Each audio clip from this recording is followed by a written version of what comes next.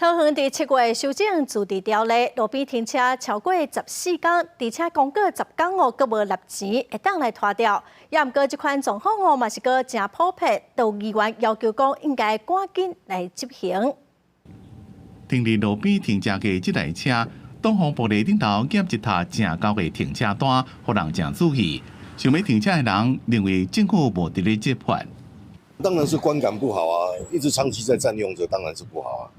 桃园即马有41台停真久，而且无纳钱的车，其中一台欠要到6万外块。桃园伫7月修正自治条例，路边停车若超过14天，而且经过公告10天也无纳钱的，就要拖去别位。新制实施2个月嘅占车柜无纳钱的车，也佫伫咧议员要求赶紧协调执行。桃园市政府交通局应该想办法来持续增加桃园市的停车拖吊的服务量能啊。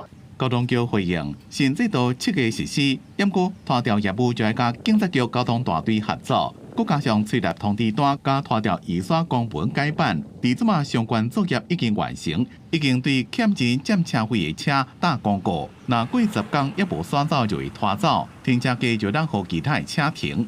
交通局已经派员前往车体张贴一致的通知单，那10日后就可以将车辆移至桃园或中立拖吊保管场。